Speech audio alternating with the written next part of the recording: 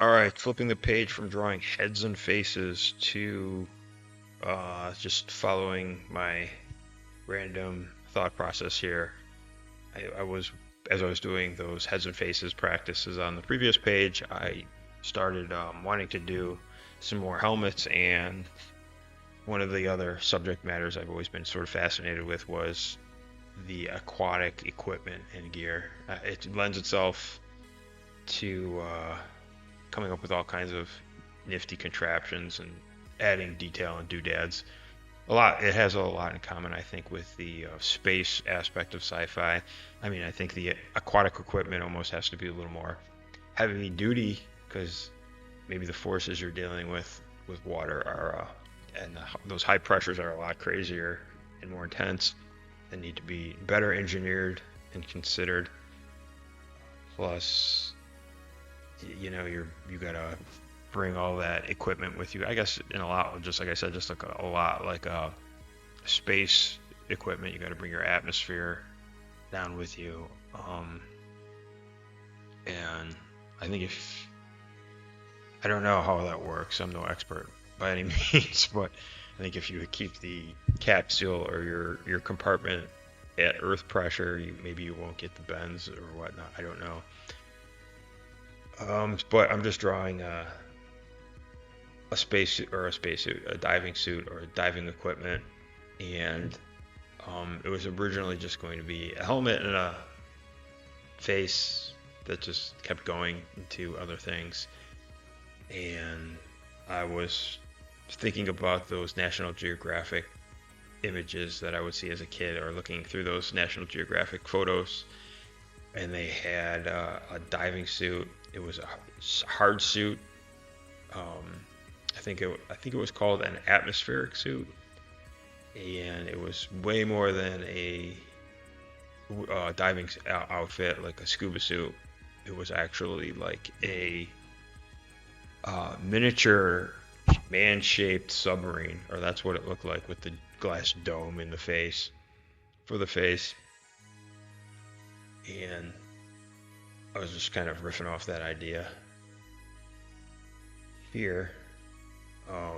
It was oversized, had these crazy spherical limbs.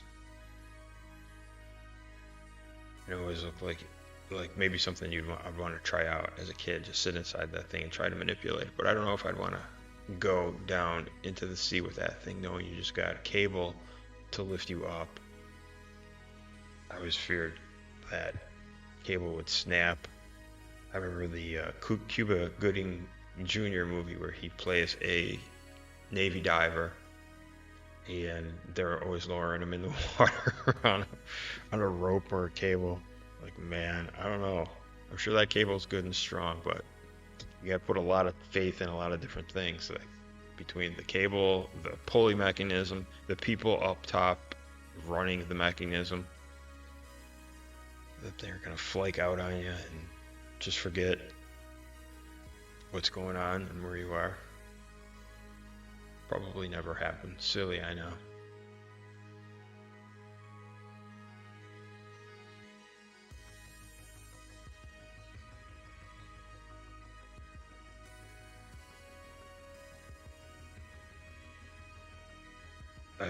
I struggled a little bit with the hands. I know that I want to do some more hand practice. Just keep working at.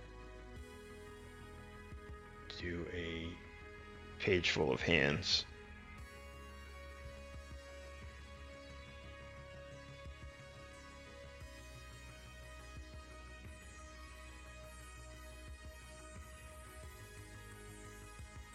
And I looked up a picture of one of those suits after I drew this to do the video.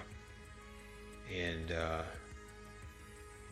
I don't think, they put legs on it, and I'm not sure if that thing looks like you could walk around in it or how that would even work. The one I'm looking at, or that one in that little picture, actually has propellers and looks like maneuvering motors on the back of it. So maybe you just kind of hop around like the guys did on the moon and let the propellers do the work and kind of add some extra lift to you or make you lighter. as you zoom around the bottom of the ocean, but it doesn't look like you could walk around very easy in this suit. And I'm not sure how you could actually engineer ankles and knees that would be watertight and deal with those intense pressures. Of course, I guess it depends how deep you would send such a contraption. Just go down a couple hundred feet, but maybe that's too much. I don't know how deep can an actual submarine go, like a Navy sub. That's probably super secret. They would not let that out. It's a couple hundred feet too deep. What is crush depth?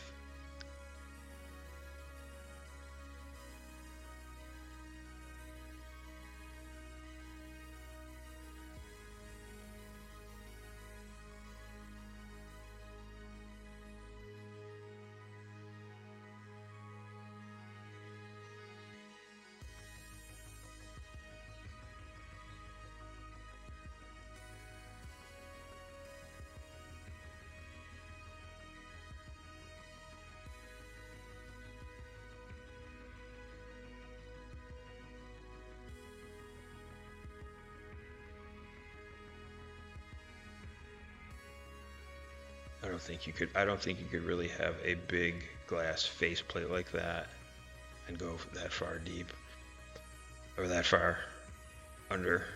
How many fathoms you would want to go down without that thing cracking? I remember looking at the submersibles. I once worked at this is a goofy story. I once worked at a gas station on the New York State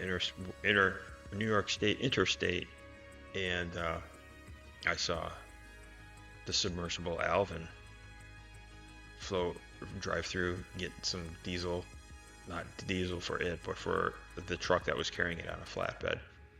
But I remember seeing that Alvin on TV, and just the windows are so small, the little aperture for the people to look out, because of the fact that there's just so much force on the thing, and you probably can't make a piece of glass strong enough that would be of reasonable size at such depths. So I don't know how you could have a big glass faceplate, but this is all let's pretend sci-fi stuff. I've always been interested in that game. Subnautica. I watch people play it a lot. It looks pretty cool. The aesthetic of all the underwater equipment is really well done. Looks like a fascinating game that I probably will never play.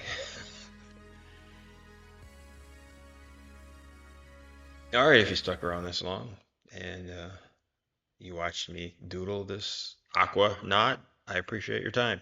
Thank you very much. We'll do it again.